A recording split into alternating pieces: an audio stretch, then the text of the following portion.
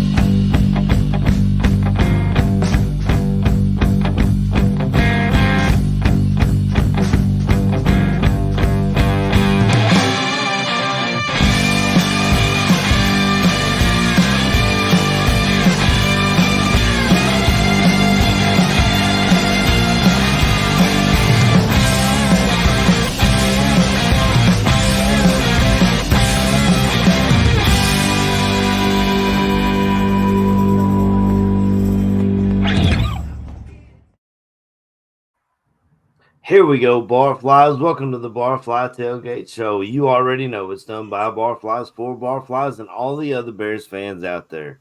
Good morning, fellas. As you can see, the gang's all here. Chris Watts finally ended his off-season holdout to get his new contract. My man Toots is in the building, back from vacation. Of course, my man KB is here. What's going on, fellas? How we doing?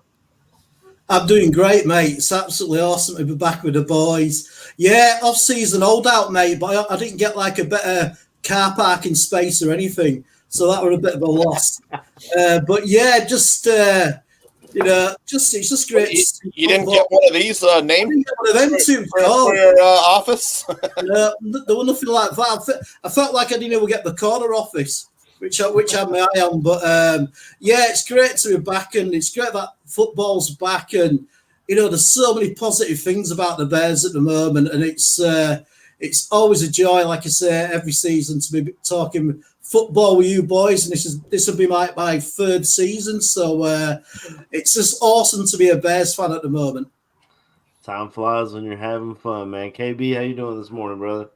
Hey, man. We up and we here. It's a beautiful rainy day outside. I got my cold brew going. Yeah, man. A little excited to talk about this game, man. But you know what? I think we need a little bit of contrarian on some side. You know what I'm saying? Not all the way in the negative, but you know what I'm saying? Just to temper some expectations.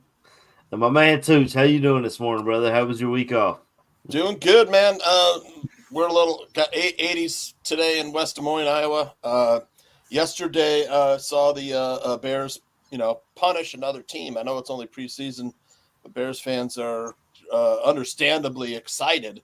I don't know if you guys saw there was a player named Rocky Lombardi who came in at quarterback. Yeah, played for the Bengals. West Des Moines, Iowa boy, went to Valley High School and, played at Michigan State and then transferred to Northern Illinois and DeKalb. And when this guy was in the game, man, Michigan State or Northern Illinois had a good chance to win.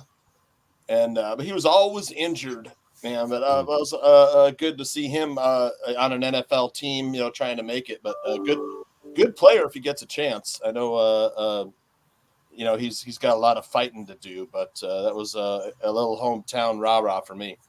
That's crazy because the guy who started the game for them, Woodside, is from Frankfurt. Yeah, he played high school ball right here in Frankfurt. Yeah, ended up going to Toledo and then got into the league. Yeah, he played against Rocky in the MAC then. Yeah. Hey man, what's even crazier, bro, is man, one of the players that's on the Bears, they actually played on the Bears, bro. So I was like, damn, bro, I've been a fan for so long. I just wanted to feel important. Hey, I seen Big Cuz out there last night, though. Oh, yesterday. Yeah, he definitely was out there. Yeah.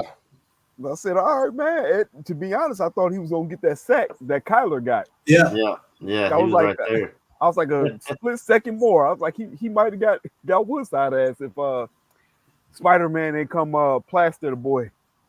That's a nice hit though. I loved what I saw yesterday out of those slot corners, man. Yeah, back five looks really strong, man. Yes. All around the depth looks good too. I thought the But whole defense looked good. I mean, there was yes. they would give up stuff underneath, but they closed out real quick. A lot like we saw with our Super Bowl Bears. It's the same concept. The defense is just close out and don't let them. And eventually someone's gonna make a mistake. But but there's blitzing with this Oh yeah. defense, so it's a little bit different. But yeah, I mean, I'm really happy with everything I've seen. Offense, defense, hell, when we get shut down on a third down and we bring in Torrey Taylor, he booms that damn thing, and we play field position, man. That's like everybody said, he's a weapon coming in. Like I see it. I mean, Yeah. I think there was one where we were down inside of like our own end zone, and he punts it away and completely flips the field. The Bengals are starting on the other side of the 50, which is all you can ask for and more from a punter. But yeah, we'll get into this game a little bit. Obviously, I want to talk about Caleb. Fellas, I told you guys I was trying to temper my expectations. I told you guys I was trying to not be out over my skis on this guy because I have been the last every quarterback I can remember since we traded for Jay Cutler. And I can't. I love this guy. He's fantastic. He's great.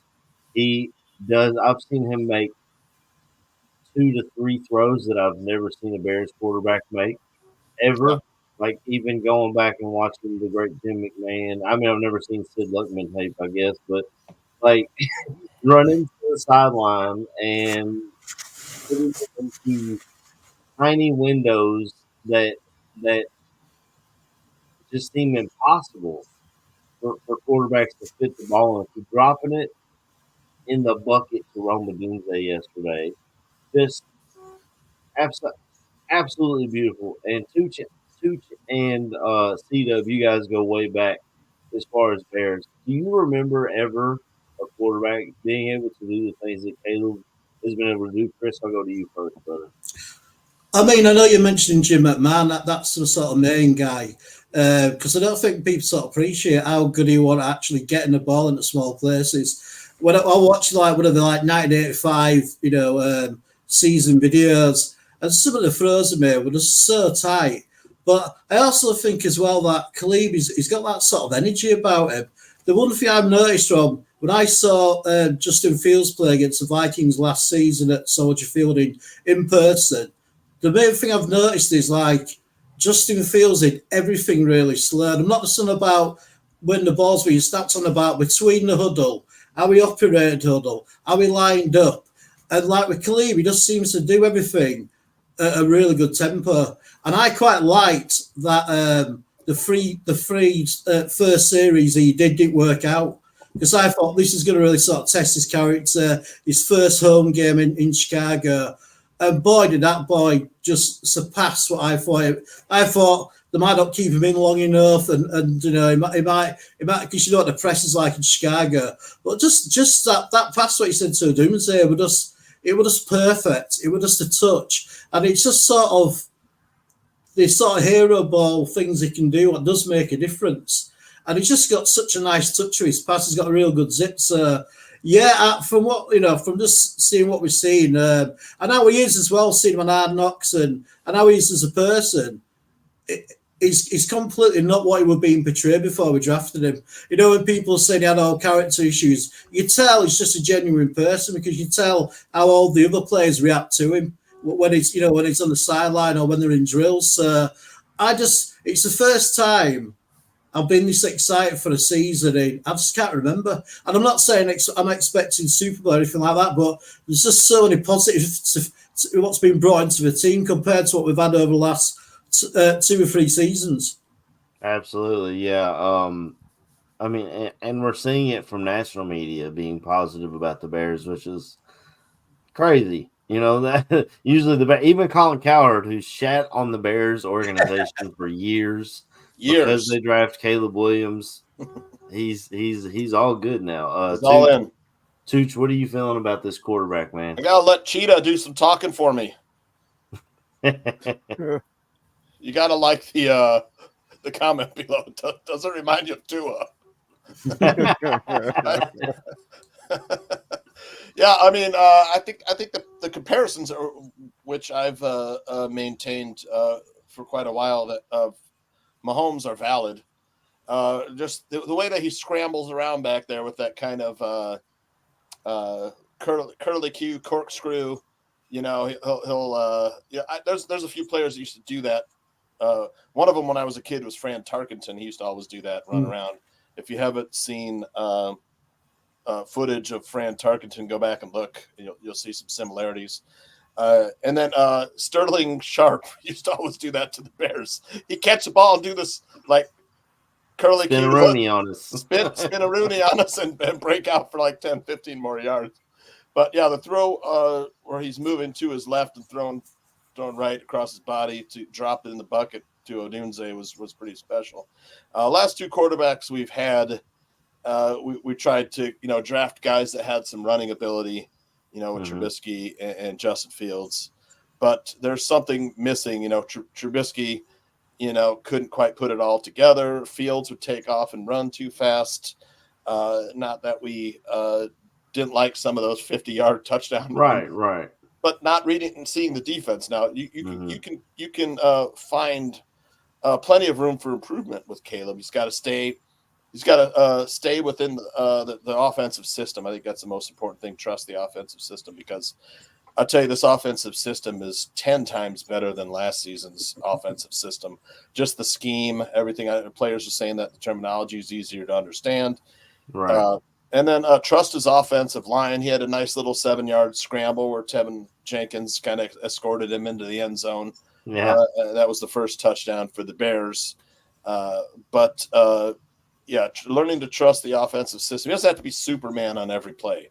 There'll be a time for him to be Superman, but I think we'll get a lot more out of the offensive system if Caleb plays within structure a little bit and stay in the pocket a little bit longer. But it's preseason. You got to temper your expectations. I'm more excited about the defense, man. I think the third year of Eberflus's defense, you're finally beginning to see how good it could be. I know they finished number one against the run last season, allowing 86.4 yards per game against the rush. They look better against the pass. Like I said, the back five looks really good, man. The depth, too, at safety. Jonathan Owens making plays. Elijah Hicks looks right. I love the way Jonathan Owens hit. Yeah. He is like an old school safety that's going to pop your ass. And if he gets flagged, he gets flagged, but he's going to pop your ass. If Kyler Gordon doesn't make Pro Bowl at nickel, something's wrong, man. Dude's awesome. Fucking amazing. Yeah. Well, before we move on from the quarterback, though, KB, give me your thoughts, brother. My thoughts. Let's start with with the first few things, man. First few drives, a little shaky. I'm not putting that on Caleb. I do kind of feel a lot of that had to do with our play caller at the time.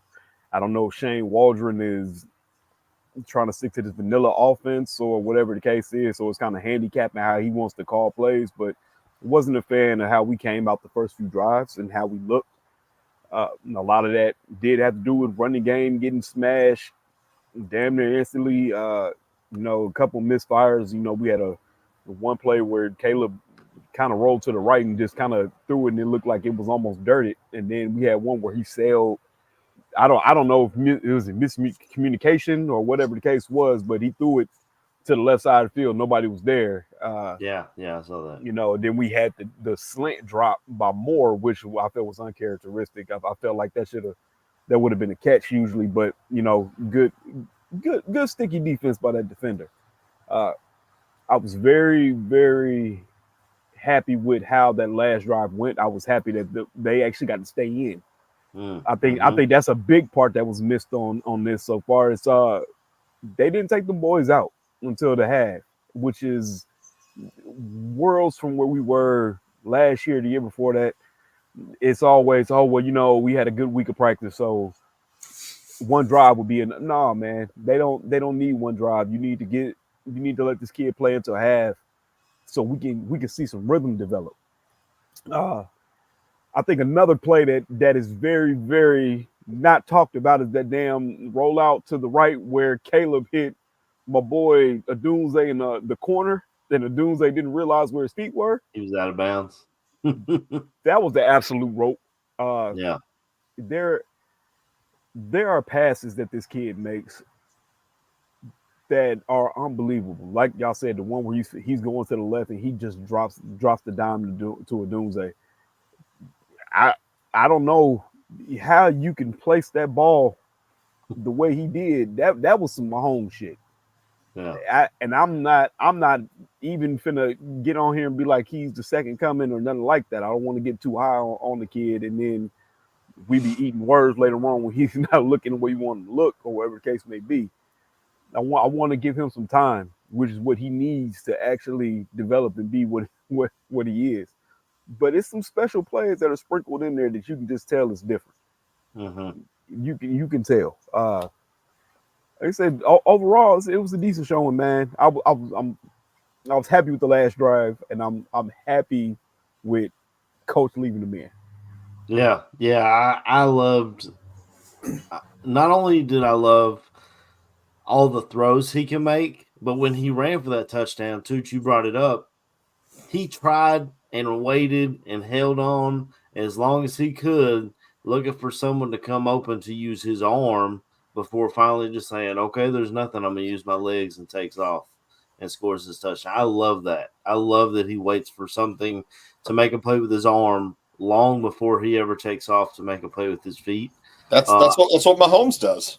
Exactly. Yeah. Also, the last two quarterbacks, I mean, you talk about Trubisky's biggest issue is that he never, in my opinion, still can't read a defense if it makes late movement before the snap where he has to make a quick judgment. Well, we've already seen Caleb Williams in the press conference last week after he ran for that first down. He said, yeah, they started out in a zone defense, then they switched to a cover two, and I saw the C's open, and I just took off. So here's the guy who's already, and he's telling the press what he's seeing out there, that he's able to read the defense in his first snaps as an NFL, and they were changing some stuff up in Buffalo. It wasn't just all vanilla, even though it's preseason. So I'm already seeing a quarterback who can read what's going on out there and know what to do. It does help that they brought in a lot of weapons for him, which helps him out a lot more than they ever did for Justin. But this is a different regime, and I think it really came down to money with Justin. He's about to get paid, and we see what quarterbacks are getting paid. That's the bottom line. And even after this press conference, someone brought up what Cheetah said about him reminding him of somebody, and he was so humble. He was like everything I heard about this guy coming in was he's a diva. He doesn't care. He paints his fingernails. He's this, he's that. This dude is the opposite of all that. That's all BS. Now, after a loss, when he comes to meet the press, then maybe we'll learn something different about him. But until then, I mean, he shows up, he takes care of what he needs to take care of, and he talks and tells people what he's seeing. Like he said, that's great. That's Patrick Mahomes and Tyreek Hill, and I'm Caleb Williams. And that's what it is. It's not he's like, I respect those guys, but I'm me. I'm not trying to be anybody but me, which is great to hear. I mean, obviously you look up to some of the greats of the game. I mean, but you know, he's just going to be himself, which I'm loving everything about Caleb Williams. I bought the t-shirt jersey. I think I'm going to go on in and buy the real thing, get the real jersey. But yeah, I'm really loving what I'm seeing out of our quarterback play. And like you said, too, the defense is looking really good too. Sent some blitzes after, and the Bengals didn't play starters, so they kind of tampered my expectations a little bit. But they said in practice they picked off Joe Burrow 3 times. And that's another thing. They did a joint practice with this team and still let the starters play a whole half, pretty much. Yep. Which, you know, that's. I mean, last year they didn't do that. They said, "Yeah, we played practices with these guys. I think that's enough." But I think that was telling her at AC last year when they did play the starters throughout the pre-season, really. And we were so flat-footed and so sort of not in game speed. But just a little quicker about Khalib is like, this is probably more evident in the first game. It's just how quick he goes through his reads, and also he just has such good base in him. You know, before he throws, he just seems to do things a lot quicker than what Justin Fields could do. You know what I mean? So I just think Fields got away with a lot of things because he was such a good athlete. Well, he's such a good athlete, and it is amazing when he takes off. But it just reminds me of Aaron Rodgers. There's so many sort of similarities, like with his action, how he can just flip the ball with his wrist, and it's just a ping. So I just think I think he's just got a higher ceiling than any co-op we've had for absolutely ages. Yeah, that's another thing. I mean, he had that deep ball to Tyler Scott that wasn't completed because of the defensive penalty. But yeah, I mean, the dude just flicks his wrist, and that thing is 60 yards down the field. That's crazy. I mean, and you said a lot, you know, with Justin. I think since high school, middle school, he's been the best athlete on the field most of the time. So he got away with that a lot, and it probably built a lot of bad habits where he could just take off and run. He knows he's going to get whatever he wants, you know. And Caleb is a good athlete, but I would never say he's the best athlete on the field. Yeah. But he does things with his arms that are just special that you can't teach. I mean, this is a guy who lived at home in high school, so he already was living the college life there, and then goes off to college and he's driving Lamborghinis, so he's living the NFL life there. So maybe that's part of the reason why he's so advanced compared to most rookies. I don't know, but it's crazy to see for sure. But the defense. I want to move on to the defense because they played really well yesterday. Even though it was against backups, you still got to cover that same scheme, and you still got the same head coach over there calling plays. And there were a couple of really smart plays. I know I saw they had a tight end over here that undercut. Had a receiver going straight. That was a smart play because it's a quick, easy completion for your quarterback. There's some things that are still getting me. Like I think Bellissimo came on here a few weeks ago, Tucci was telling us about how far off the DBs play is still driving him nuts. And I guess that's just the scheme. But we're going to give up a lot of underneath stuff, little slant routes, you know, and things like that. But that's the philosophy behind the defense. You know, make 10, 15, 20 plays to go down the field. They're going to make a mistake in one of those plays. You know, give up the underneath stuff. We'll see. There should be some plays available for our defensive backs, like you saw Charles Smith undercut one for an interception. Reading, you know, what he had behind him on the defense, and then that's the thing. You know, will it be a bad pass, an interception, maybe a fumble? You know, that's what the whole Lovie Smith. When we had Lovie as our head coach, you know, the takeaways, you know, make them make mistakes and get the takeaway, you know, the peanut punch, whatever. So that's the same philosophy. We'll see. I mean, maybe they do mix it up a little bit more and don't allow so much underneath stuff, but I wouldn't hold my hopes out. Hey man, I don't know about that, man. If you get, you know, Coach Eberflus calling the defense, then maybe you'll see that. Yeah. I don't know with Allen. That man got pure issues with quarterbacks and sends blitzes, bro. He might not be for that all for that. Let's be nickel and dime down the field. That man looked like it's send pressure and get them off the field as fast as you fucking can. Because for a preseason game to see how many nickel blitzes we were seeing. Bro, he was sending Kyler and Blackwell like missiles. And Kyler blew that dude up too. Bro. And I was gonna say Blackwell caused one of the interceptions. Yeah, he did. He hit him in the arm. Yeah, and that was off a nickel blitz, bro. He is sending them boys. Maybe Allen calls some games. Who knows? Maybe Eberflus goes back into that CEO role. But I liked what I saw of the defense, man. The defense is playing fast. A lot of those boys are playing with a lot of confidence. All right, listen, this Hardy boy. Oh my goodness. Look, Hardy boys, baby, WWE, baby. You feel me? The Hardy boy. I don't know who this kid is or where he came from. I'll tell you where he came from. Here we go. In the background. Played some little community college in Montana with a Native American name. I can't remember the name. Then went to College of Saskatchewan or yeah, something, something like wasn't it? that. Iskawashki or something like that. But then he, went to Montana State where he was all conference. I know Okay. it's not a Division I school, but then drafted in the 7th round by the Rams. Played a season or two there before getting picked up by the Bears. So looks like a good player, man. Him and the other guy, Jacob Martin, who they're both kind of familiar with the system. And Rams kind of play a similar system as well. So we'll see. I mean, maybe they don't sign anybody. I mean, I know it's tempting for polls to want to call up Yannick and say, hey, what are you doing? Bring him back. But we might have enough there. I don't know. We might have enough at end.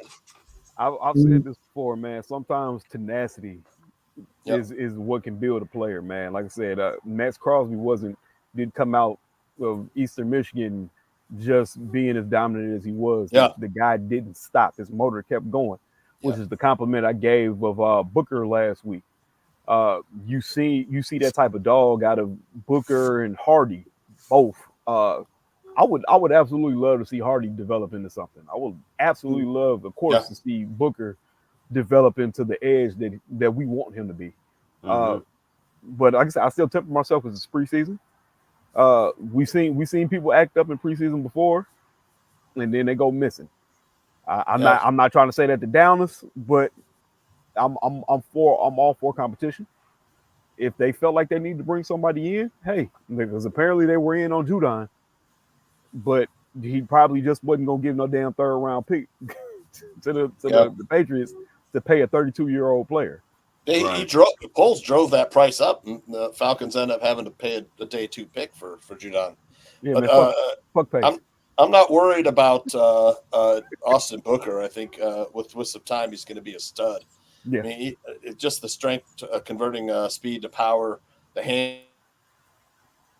Strength, everything looks good. It's the other guys, the Jacob Martins, the Dominique Robinsons, and the Daniel Hardys that also give you some hope that maybe we don't have to sign another defensive end because these guys. I know it's only preseason. I have to say that through the whole thing here, but those guys look like they got some promise. Yeah. I mean, sorry, no, go ahead, brother. One thing what seems to be noticeably different is that we actually seem to feel like we have depth, especially in the defensive backfield. You feel like if Gordon goes down for maybe a couple of weeks or Brisker, I mean he's still not playing.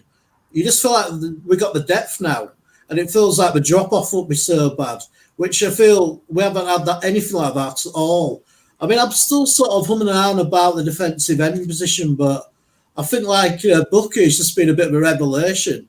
One of the things I really like to see him is when he gets his first contact, and it's just like a straight punch to get the offensive line off balance, and he just looks so natural to him. But yeah, I just feel like, apart from maybe the offensive line, I feel like throughout the squad, we feel like we got more quality depth of players than we had over the previous 2 or 3 seasons. Yeah, I agree. I know. Everyone talks about the Hardy kid when he made his sack. He had a crazy spin move that he hit the offensive tackle with, where he spun inside of him. A lot of times, as defensive end, they know they got a hold contained, so they'll spin on the outside so they can still hold that containment. Well, he spun to the inside and threw that offensive tackle completely off when he got that sack. And Austin Booker, I mean, when he was coming in, and this is a guy who played 1 season as a starter. Austin Booker did. He didn't even get 1 season, dog. Remember, he came off the bench. Yeah. So he's already he has all this just natural ability, and he's already shown he has the ability to do some moves and counter moves, which we've seen. And the biggest thing to me is he never stops. His motor is always running, and he is relentless. If he's getting blocked, like last week, he got a sack just because of his motor, because he kept going. He kept fighting that offensive tackle, and then he just ended up getting a sack for all of his hard work, which was, that's great for him. He came from, Booker was on the Gophers, Minnesota for PJ Fleck, which Gophers, they usually have a good defense.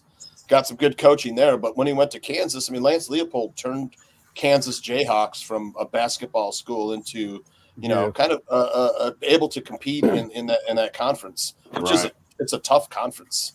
So when Booker transferred to Kansas, he was getting good coaching there too. So they kind of getting that North Carolina treatment. Saying North Carolina was the basketball school, and all of a sudden took that big jump as a football team. Yeah, I see what you're talking about. And now he's got Eric Washington coaching him, so you got to like that. There's it's all good. The thing, the Bears haven't had good coaching, especially offense, which Luke Getsy and stuff I've harped on for a while. Matt Nagy, we haven't had good coaches in place. When we do have good coaches in place is when you start to really see things click. Yeah. Yeah, I'm a fan of the running back coach, which the show than Hard Knocks the other night. That's Morton. Running back coach. I love that guy. My heart. That's exactly how I like. But yeah, just because you never really sort of hear about the sort of assistant coaches, especially sort of over the last sort of 3 or 4 years, especially like wide receiver coach. We seem to just had like the same one for years, and the wide receivers were just sort of pretty terrible. So you're right, Teach. I think coaching, it's a continual teaching. Even when you get to the NFL, you're still going to improve from what you are playing like when you're at college. So I used to love coaching, man. The teaching aspect of it they both excite me, but it just feels like we've just got more quality in the squad and the coaching and everything. And 100%. It's just sort of, how it's just been a bit drip how it's happened, but I just feel a lot more sort of confident that we've got adults in the room in the coaching team. So I'm just so excited for this season. I really can't. This is like my favourite time. This first week of the season.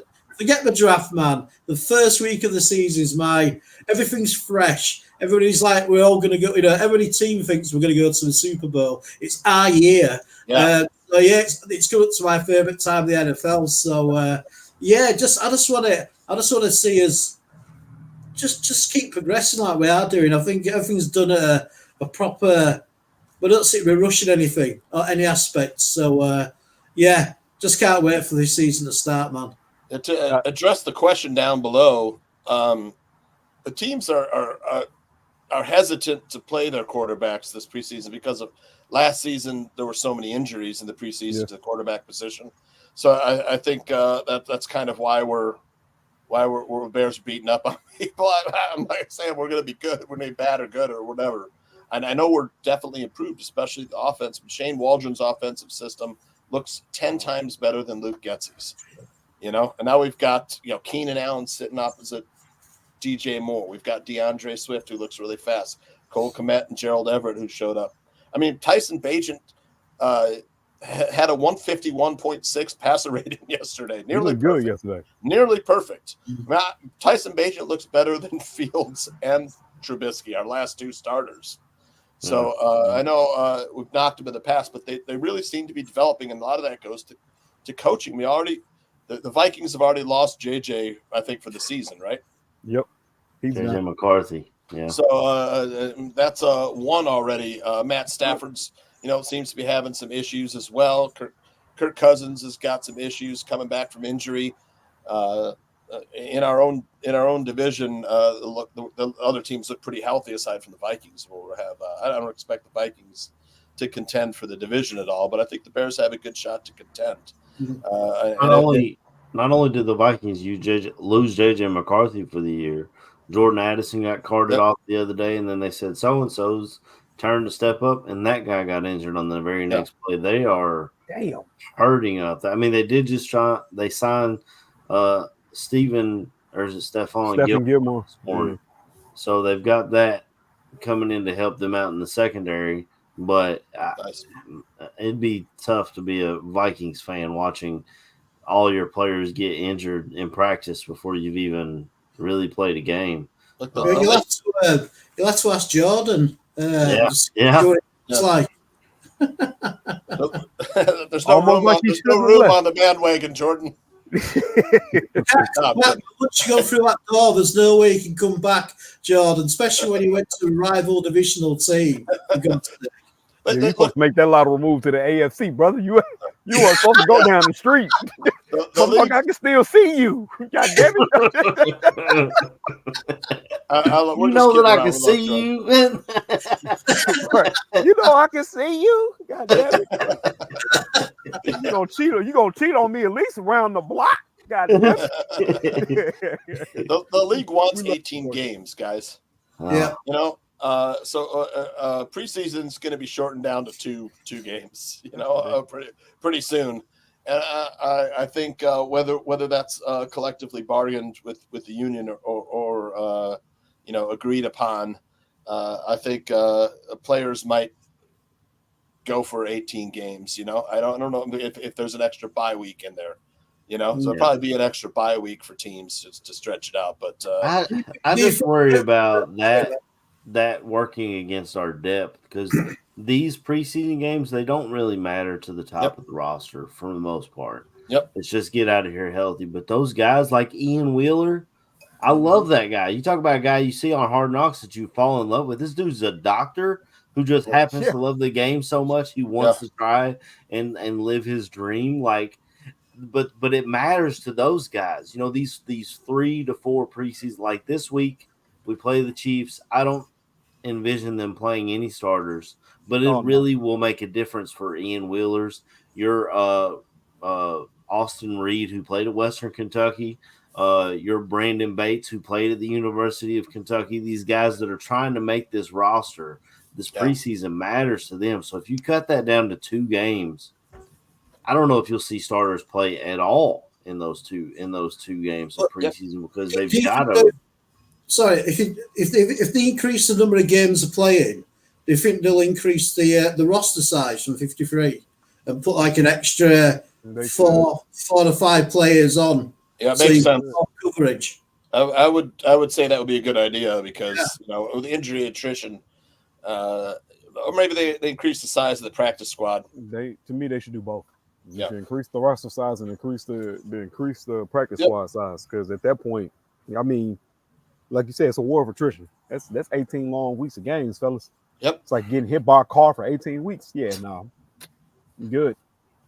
Yep. 100%. So Hugh Heavens makes a interesting fact here. It says, if Bayless makes the team over Wheeler, I'll be hot. So let's talk about this running back room, guys. I mean, obviously D Swift is the starter. You're going to see a lot of Herbert. We haven't seen Roschon. I don't know if he's dealing with injury or what's going on. You got Homer, who came in from Seattle, so he knows the offense. You got Bayless now going to running back, and you got the star of Hard Knocks, Ian Wheeler. KB, I'm gonna go to you first, because you played the position. I mean, I know you and C-Dub both played running back, so tell me how you feel about this running back room, and how do you how do you think it shakes out? I said it before. This running back room is stacked, bro. Probably the most depth I've ever seen on this team. DeAndre Swift is an amazing talent in his own. Khalil Herbert, we already know what he is. Khalil Herbert's the one cutting. He's up the field, and he's got the speed to score. Then you got Roschon, which is you do it all power back. You know, I'm very interested to see how that 3-man rotation is going to work, because, like I said, that's a lot of mouths to feed. Then you have the back of the roster. You know, you got your Travis Homers, your Velus Jones at this point. It should have been sooner, you know. And then Wheeler. I'm a fan of Wheeler. I love the put your head down mentality and doing it. Hard Knocks is done what it does, and it finds that player that you just absolutely look at and say, "Hey, I love this kid." I'd say I've always been a fan of Chad Morton, all the way back to Madden 05, when you could pick this dude up off of any team at that point where you needed a running back. I was super happy to understand that was him. Just seeing their interaction. That's a coach. Hey man, you fucking up. You're gonna be off this team if you don't catch it. Yeah. Right. Then pat you on the ass when you do something good and say, all right, man, now get to the next play. I absolutely love that. It's gonna be rough, man. I know Travis Homer is kind of the special teams guy. I don't really see a role for him as a player, to be honest though. I understand that like he can do the special team shit, but to me, if you can supplement that with somebody like Ian Wheeler, or you can supplement that with Valus, I would keep him. Uh, to me, if I'm looking at an odd man out at this point, that's who I would want to be gone. If we're like saying, hey, if somebody had to go, I would probably say Travis Homer. Uh, to me, the thought of Valus at running back is very intriguing, and I would be willing to see a year of Valus actually in the weight room to be a running back. Yeah. Because if they would have gave him that when he came in, or the year after, when they were just like, you know what, maybe wide receiver in your position, and he put on a few extra pounds and really understood how to play the position, there's no telling what the hell that kid could have been right now. Right. Ian Wheeler, as much as I love him, I would love to see him. I think he's going to be a practice squad guy. I absolutely believe he's going to be practice squad. It's a long season. Anything can happen. He could get called up at any point. I think Tooch brought it up last week. We had Kari Blasingame taking starting snaps in the middle of a game because all the running backs so was many hurt. injuries. Yeah. So I believe he gets stashed. If I had to choose between Homer and Valus, I would probably choose Valus. And I kind of feel like they might be leaning that way because you see Valus getting snaps out at gunner. That those are the spots that Travis Homer usually are. He's gunner. Yeah. He's this guy. He's that guy. So I believe that that's where we're going with things. I believe that your rotation is going to be the usual suspects at the top. I think the fourth man might be your utility guy, which might be Valus, and then you'll see Homer probably cut and Wheeler on the practice squad. Yeah, I think I agree with that. What do you think about all that, Watts? I agree with the majority of what KB said. Apart from when we're on about Valus Jones, I just feel like basically the Bears are sort of going, this is like your last chance. If you definitely sure that you can at least hold down one position, then we can keep it, because it's like there's so much competition for that particular position, and I just all right, he could have like another year of coaching, but at the end of the day, he's at a position now where he's at a moment now, where they're going to make a decision like way on there. And I'd prefer to have Wheeler in. I just don't trust Valus Jones even to take a handoff. And he don't really read the game very well. I know that would improve over time, but this kid ain't got time to have another year of just being not meeting his expectations. I mean, I can understand sort of Paul's wanting to try and do everything they can because, like his third round pick in his first draft. But I just feel like the other guy, Wheeler, is just such much more of a natural running back. How he runs, how he can read the game. And I'm sure he could be a good special teams player. So it's might have been the same lineup as what KB said, but without Valus Jones. I just feel like it's a bit like, I'm a little bit sort of like pissed off if I were like one of the other running backs thinking, who do you think you are coming into our group? You don't even play running back full time. You aren't taking a job off me. So that's what I'd be like anyway.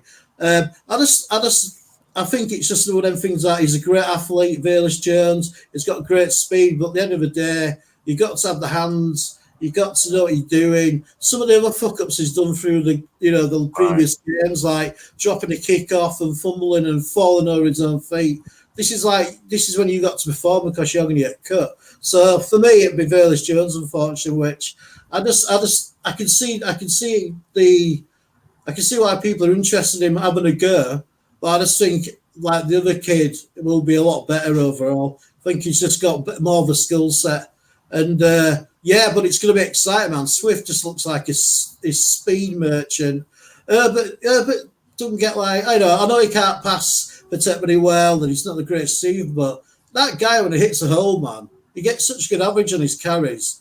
And Roshan Johnson, I'm a little bit like that on him. I feel like he's very much a north-south runner, but his lateral movement's terrible. It's like, when he played like American football, like a really early Cones console, and everybody moved by right angles. That's how he seems to run to me. He just like got a very good sort of duking him out, maybe. But he's probably a good guy to have an arm. I don't know what they're going to do with the fullback because usually I like to have tight ends in the backfield as well. So I don't know if the fullback could be around. But yeah, it's a great room. But Velus Jones, man, I just think it's now they're literally going, look, you've got to at least show us something in some capacity to keep us around because, I just think there's a lot of talent in this team, and I just don't think what he's doing now justifies having a roster spot in 53. Yeah, I agree with that, and I think that it seems like the chat does as well. A lot of them are over the Velus experiment. It's just so hard to give up on someone who has that much athleticism. He just, like you said, makes bonehead. Like he dropped the kickoff last week. Back when they had him at punt return, he dropped that. You can't even touch the ball without it being called a fumble on special teams, and for every he's got that edge. He can make that edge. There's also another play behind it that makes you say, now see, there it is. That's why you're on the roster bubble. And this may not only be for him, for the Bears. This could be tape that someone else sees and says, okay, we can do something with that.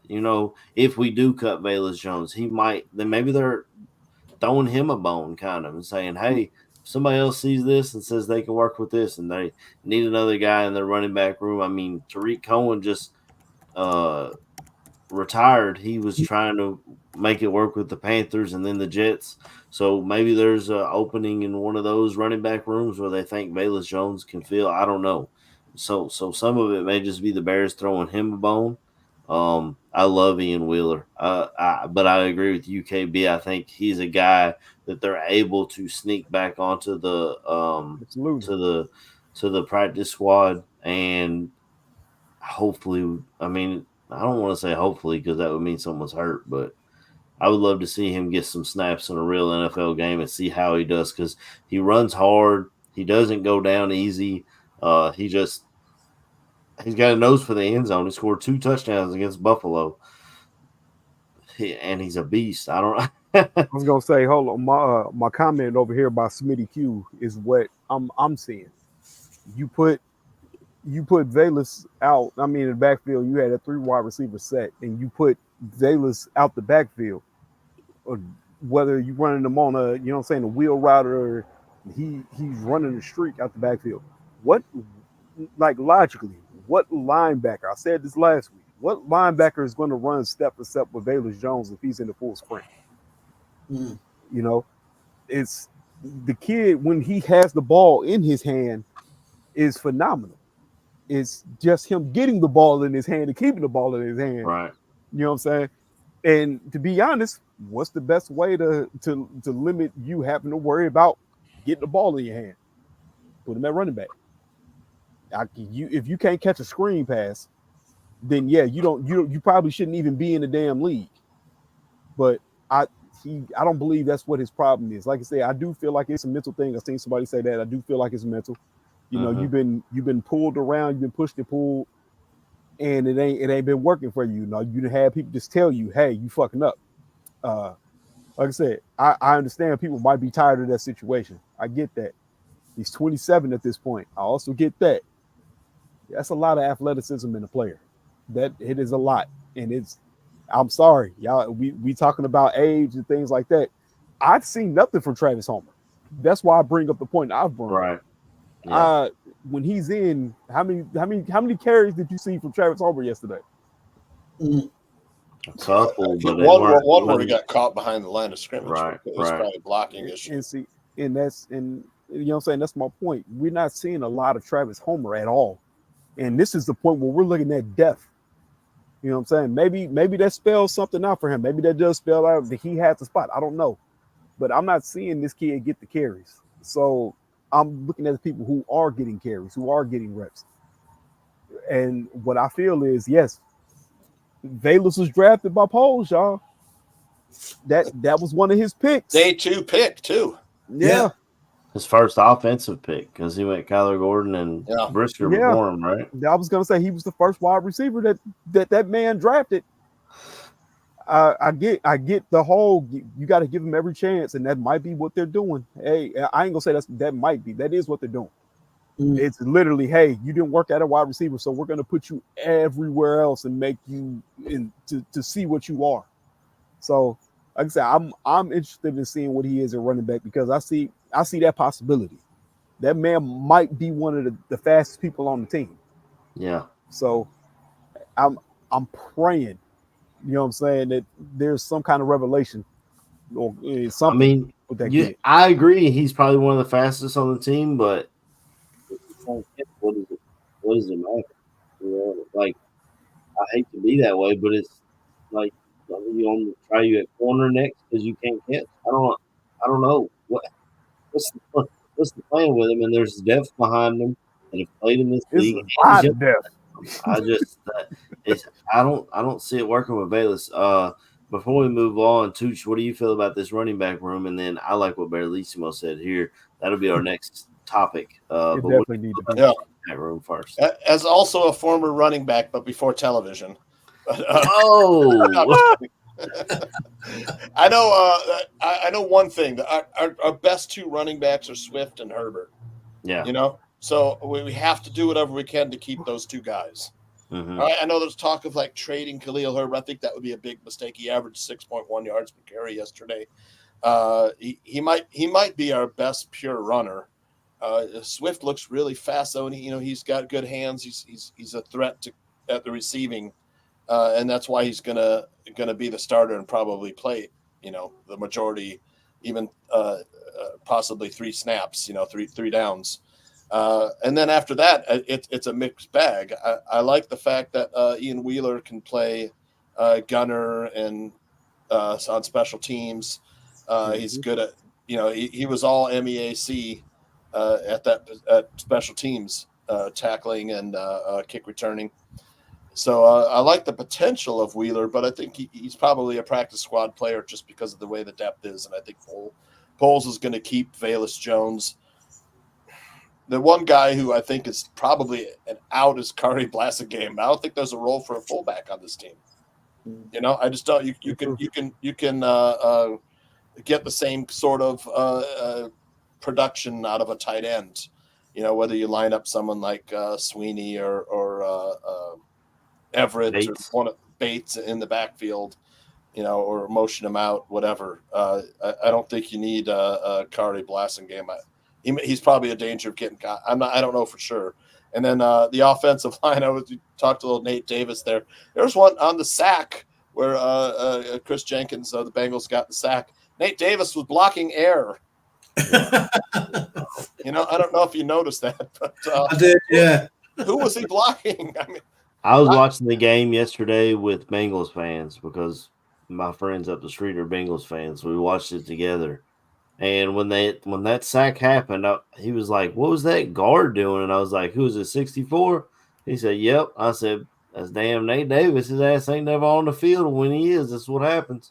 Like, motherfucker should have been in the game the whole game. I would have took his ass out until after we left the field. God damn it, he'd have still been out there. You want field goals?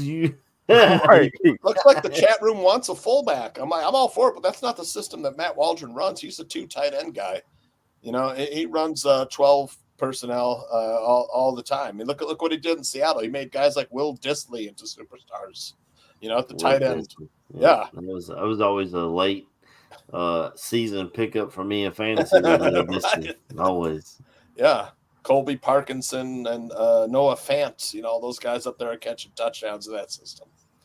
But yeah, he's a 2 tight end guy. That's why I think Blasingame's probably gone. Would I like to see some if we had a stud fullback, man? We don't have Tom Rathman represent somebody back there, guy rushing, receiving, and blocking threat, Daryl Johnston or whoever, Matt. There's only like 5 teams that even have a fullback these days. It's a dying position, it seems like. I was gonna say, I look at it like through my rose-colored glasses. Apparently, Roshan Johnson could probably do a lot of what Kari Blasingame does.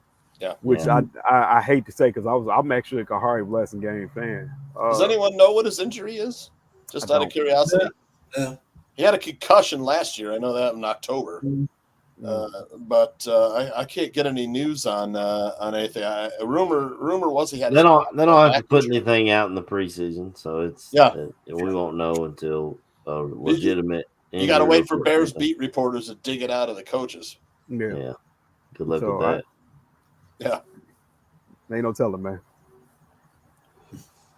But so other than Nate Davis, I mean, I thought the O-line looked fine. You know, even like I said, I was watching the game with Bengals fans, and they were like, because I kept saying it's crazy that they still got Caleb in. You know, it was almost halftime, and they were like, "Well, it's not like he's getting touched. I don't know. You know, keep him in there as long as he needs the reps. He needs the reps. So as long as he's not getting touched or hit, keep him in there. I thought overall the O-line was fine yesterday. I mean, I'm still not a fan of Nate Davis. I feel like we overpaid for him, and he got paid and kind of got lazy. But you've got Ryan Bates who's dealing with an injury, and you've got the guy that Berlissimo was talking about that played last week. Was it Pryor? Matt Pryor. He played some. He played some this week too. I thought I saw him out there. Yeah. I think he's number 79, right? Did he come from Arizona? I have no idea. I think he was on the Rams also.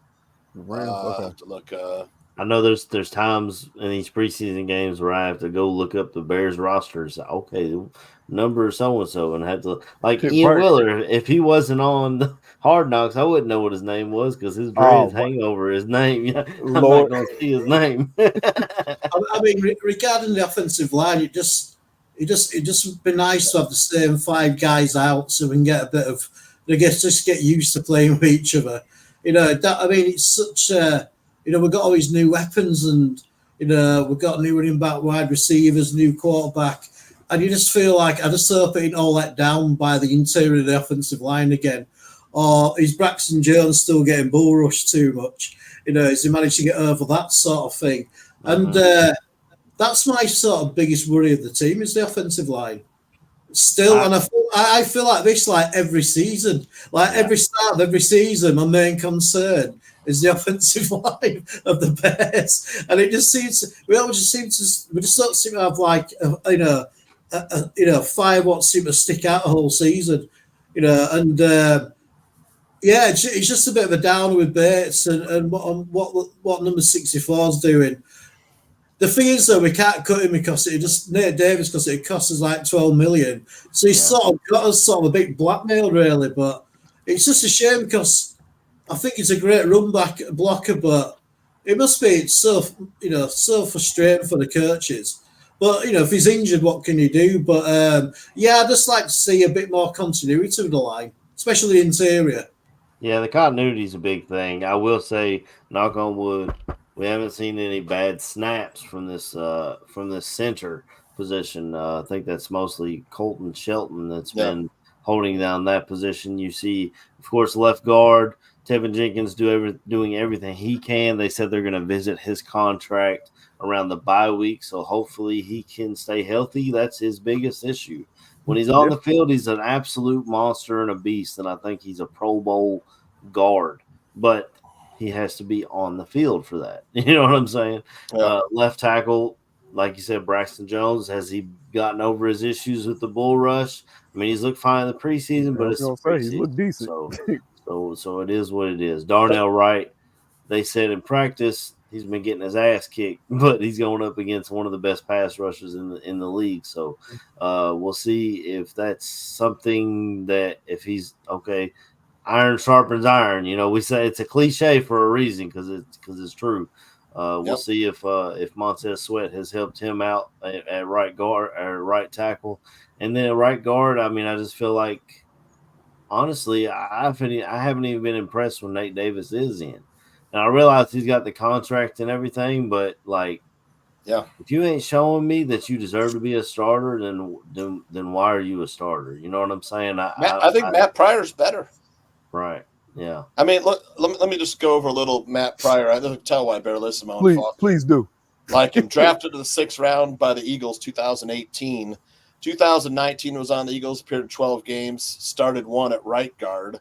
2020 on the Eagles, 10 starts, saw action, 15 games, 6 games right guard, 3 at right tackle, 1 at left guard. 2021 he was on the Colts, appeared in all 17 games, 5 starts, played 3 at right tackle, 1 at right guard, and 1 at left tackle. That was when Jonathan Taylor had a big season on the Colts. 2021, 2022 was with the Colts. 16 games, 9 starts, 4 at left tackle, 1 at right tackle, and 4 at right guard. Last season was with the Niners. Played 15 games.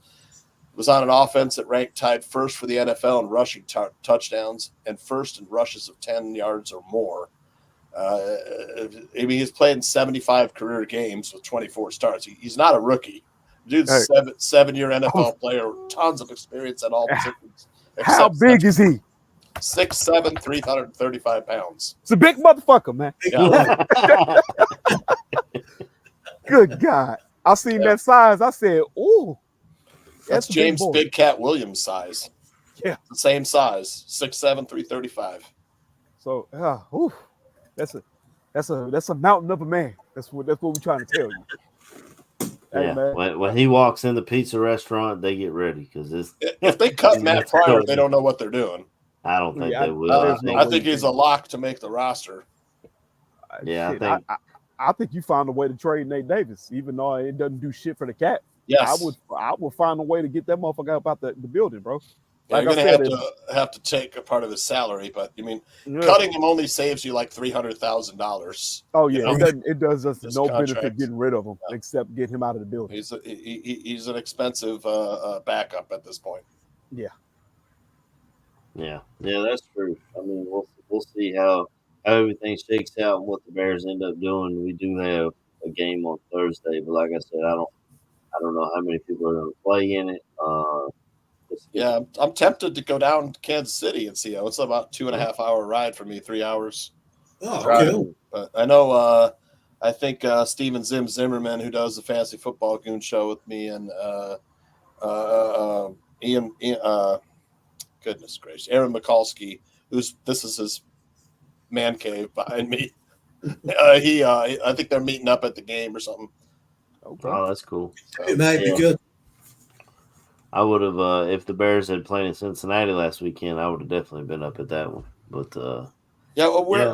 this game was in Cincinnati, right? Or no, this at home. What's the Soldier Field? Okay. Yeah. We had joint practices with the Bengals too, I think. Mm-hmm. Yeah. They had 2 joint practices, which a lot of people in the chat were saying. One specifically in the chat was saying, if they had Burrow and Higgins and Chase and all them, what would y'all do? First of all, Chase is holding out for a contract, so he hasn't played. I think he ramped up a little bit in practice this week, but he hasn't done. He's coming off an injury too. He's waiting on his contract. And we picked off Joe Burrow 3 times in a joint practice. So it's not absolutely, it's practice. Practice is practice, but we did what we had to do in our practice. When we had our reps, we took care of business.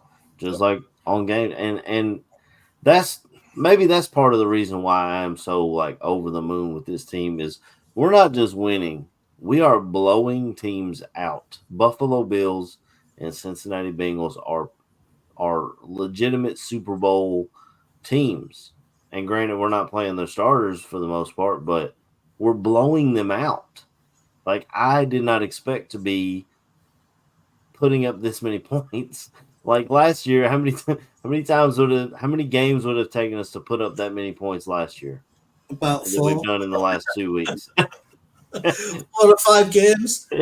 Exactly. I mean, we were losing games 10-6. Fucking yeah, it's wild. But I'm intrigued to see what they do this week. But Thursday, Bears and Chiefs. Is there anything? Are y'all gonna watch it? I'll start with you, KB, and I'll go around. Are you gonna watch the Bears Chiefs? And what are you watching for? I'm gonna watch. It's interesting to see who all plays. We already know no starters are going to be in this game at all. Like I said before, I'm interested in seeing if defensive side of the ball is Booker going to play, and I feel like you still put that guy out there. We said we had a Keith Randolph sighting. I don't know if you guys caught that. Yeah, we had a sighting. I want to see him play more. Let's see who else. I am kind of interested in seeing this Austin Reed kid, the fourth quarterback. I'm pretty sure he's gonna get probably about 50% of the snaps if they just, you know what I'm saying, just be like, all right, yeah, go out there and pull Brett Rippon. Who knows? He might get the whole game. I'm interested in seeing though. Kid seems like a good kid, and it seems like him and Cole Kmet are real close. Yeah, Hard Knocks. They showed him on Hard Knocks. Yeah. So you don't think they'll play Bajan at all then, KB? No, I don't think Bajan's gonna play. Right. Because to me, Bajan is a lock for the roster. Yeah, I think you will see a lot of the back end players, the ones who aren't guaranteed to spot play. But with that being said, I still want to see Austin Booker play. I feel like you need to get that dude as many reps as you can. I don't care if it's against backups or whatever the case is. Reps are reps. Go get them. Right.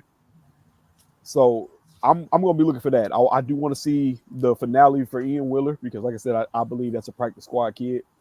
It would be interesting, man, if Colin Johnson was able to make it back for this game. Yes, cool. I do want to see him play more of a capacity because I felt like he was a weapon. Yeah, big kid. So 6'6". Yeah, I was gonna say that's a big boy. And then the tight end depth. I don't know how the hell they're gonna whittle that shit down. I don't either. Every time, bro, it's like you see a big play made. It's Bates, Sweeney, Carlson. I'm like, and they're fighting for yards in this preseason. Yeah, I'm like, who are they? They backup tight ends, man. So yeah, man, I want to see that. Like I said, it's a couple players on defense that you want to see. Michael Baskerville, you know what I'm saying? I don't want to know if they're going to let Sanborn play. That'd be another interesting one. I feel like he has a solidified spot, but he's also kind of in that sweet spot of saying, hey, you're not a full-time starter, but you get starting reps. So yeah, man. It's certain players I'm picking and choosing. I just want to see. Mm-hmm. And like I said, but the biggest one to me is I do want to see Booker play. The kid excites me. He makes my draws a little wet. No homo. Chris, what are you watching for? Hopefully your draws stay dry. I mean, how do you follow that last statement from KB? Fucking away, man.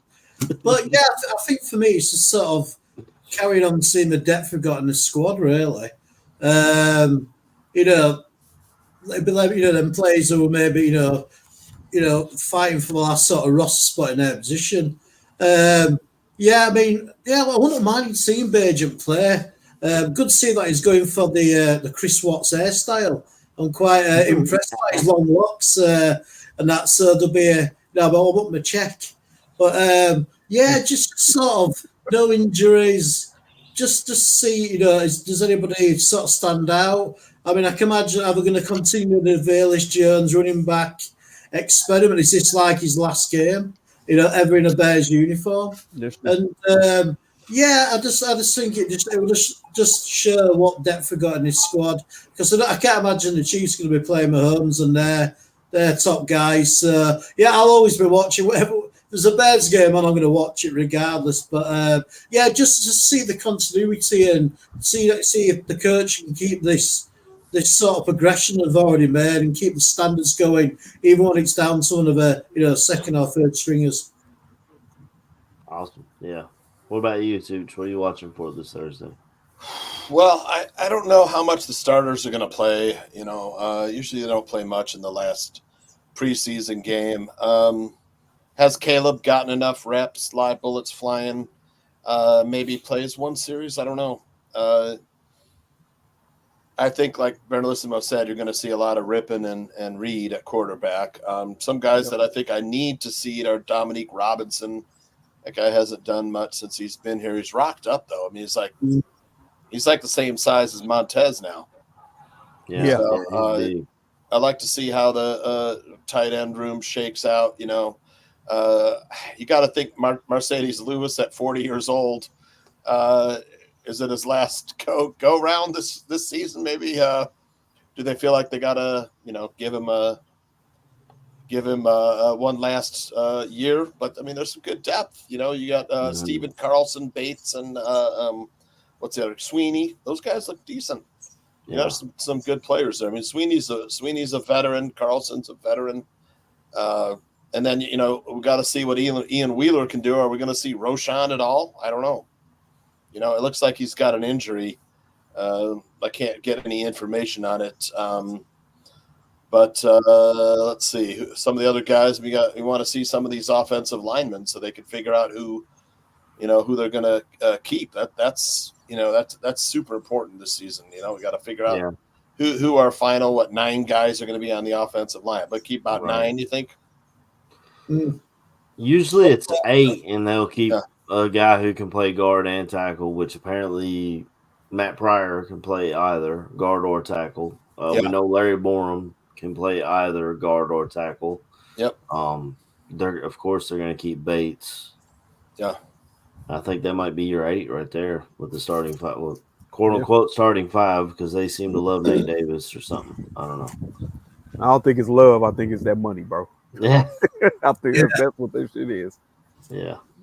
That's what it is.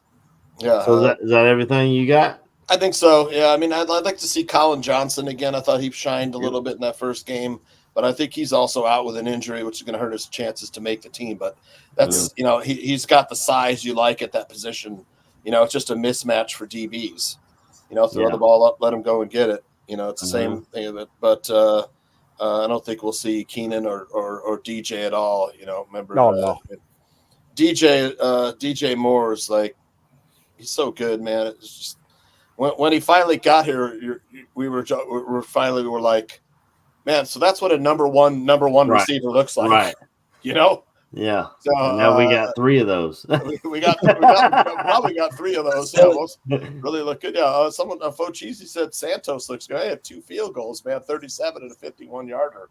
Yeah. I was shocked when I saw him go for the deep one. Look, Santos has made it so we've gone back to saying we're not even thinking about a kicker. Okay. Yeah. He has eased everybody's minds. He is the one constant. God damn it. that is Carlos Santos. We don't worry about him. He does his job. Yeah, all the way back to, that's a little John Fox reference. I don't know if everybody's gonna catch that one, KB, with the Carlos Santos. Oh my God. That's all I got. Yep. Yeah. So I mean, somebody was talking about long snapper. I don't know. Maybe we'll have to look at that a little Patrick bit more. Scales. But I thought Patrick Scales was dealing with an injury. I think they got a backup doing that stuff. I think so. I'm not sure. Who the hell hurt? Who hurt Patrick? I don't know. Man's a national treasure.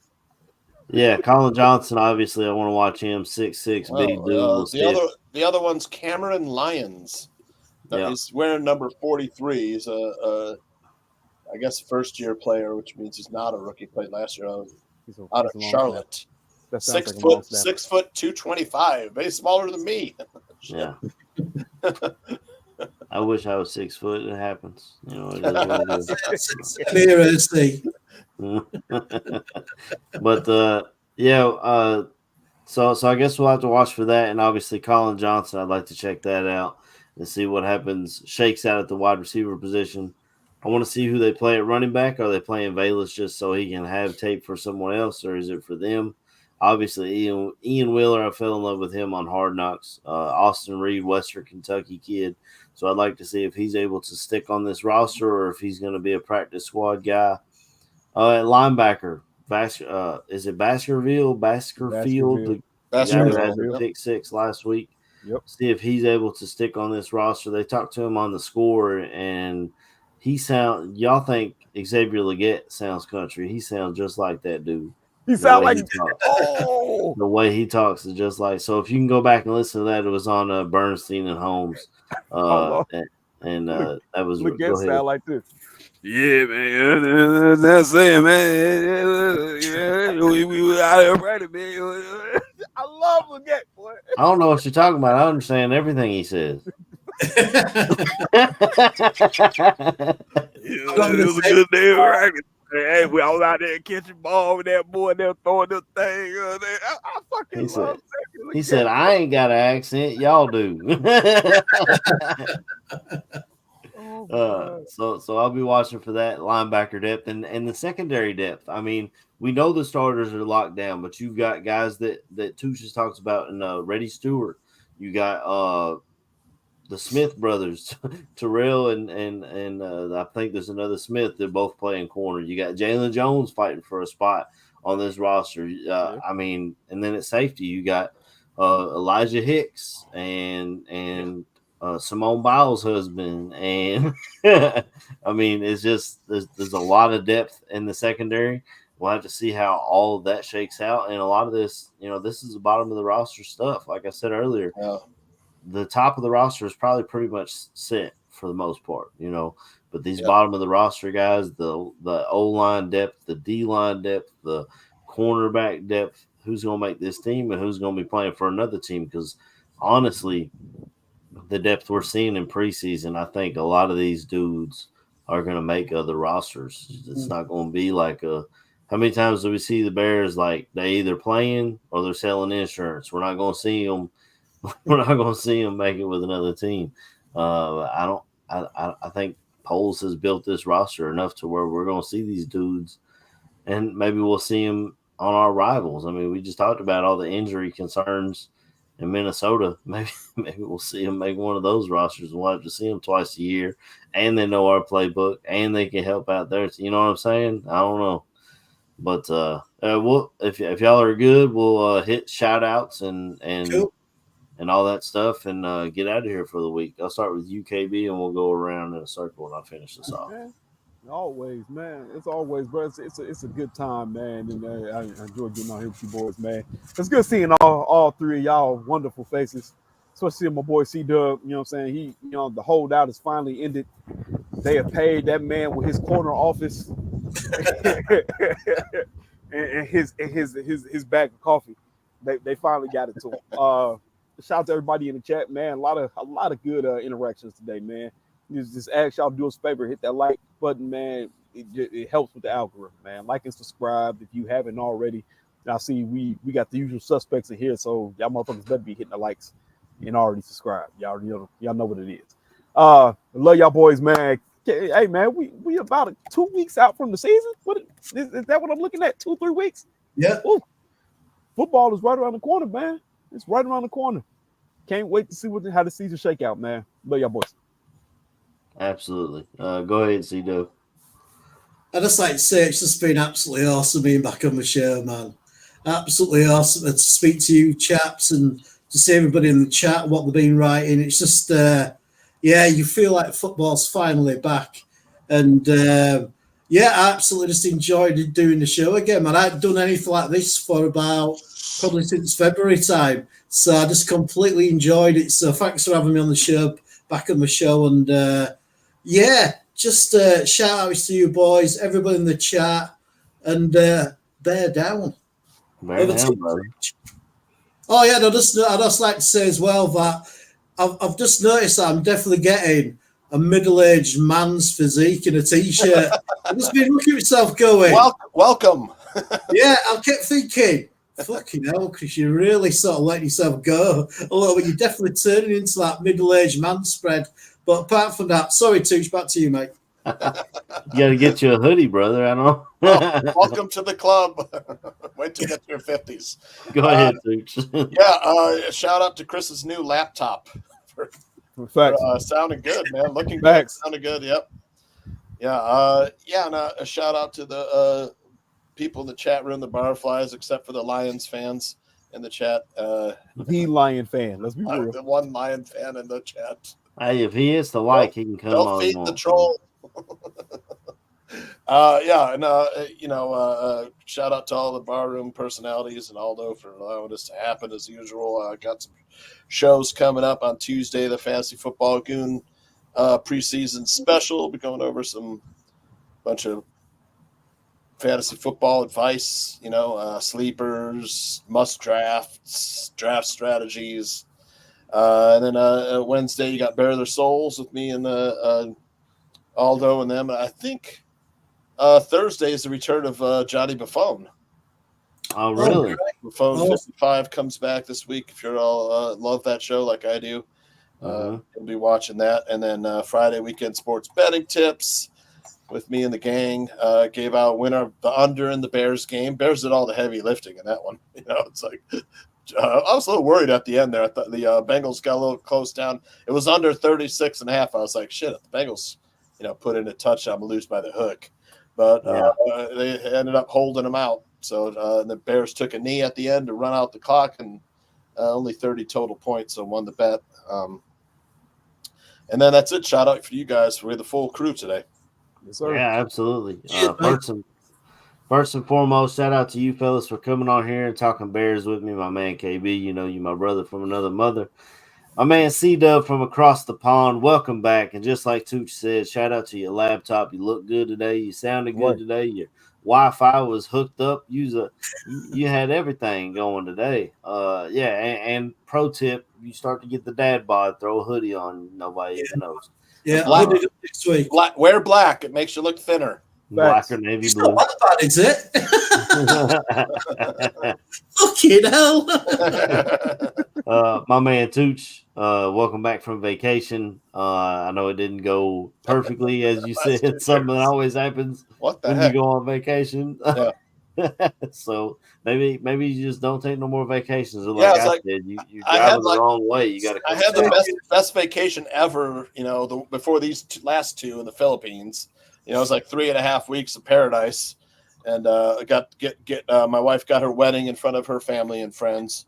And then came back and last two disasters in Iowa for I mean, it's all fun, but I keep getting sick on these trips.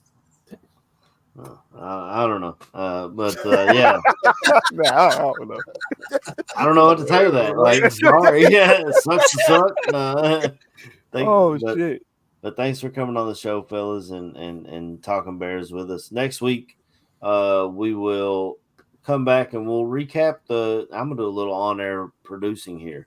So we'll recap the Kansas City game, and I think we'll give some 53-man roster projections if y'all are good with that. That'll be good. Sounds good. So that'll give us something to talk about with that. And KB, have you heard from Big Cuz or? I text him. He ain't text back yet. I was like, you know what? He's busy. We were trying to set up a show. We'll see if we can get that set up.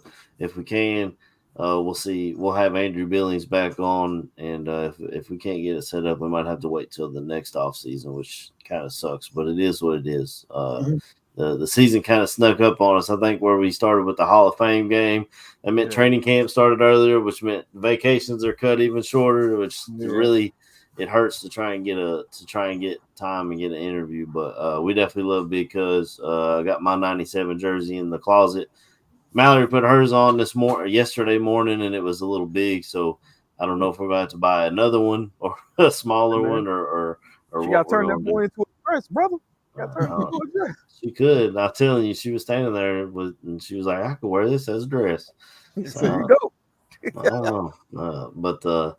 Yeah, we definitely got a lot of love for Big Cuz. But so like, comment, subscribe. I see we still got quite a few members in here, and the likes are not quite up to the same amount of people that we got in the chat. So if y'all can hit the like on your way out, we'd appreciate it. Subscribe to the Ballroom Network. Just like Tooch was saying, we got all kinds of shows. You got White Sox shows. You got Bulls shows when that comes on. You got betting shows. I've had to wait a couple of days because I have not watched Hard Knocks live yet. I haven't either. 5 p.m. Your boy wakes up at 4 a.m. for work, so I got to watch later. So it's kind of pushed me off. I ain't been able to listen to Bare Their Souls live either or even the next day because I had to.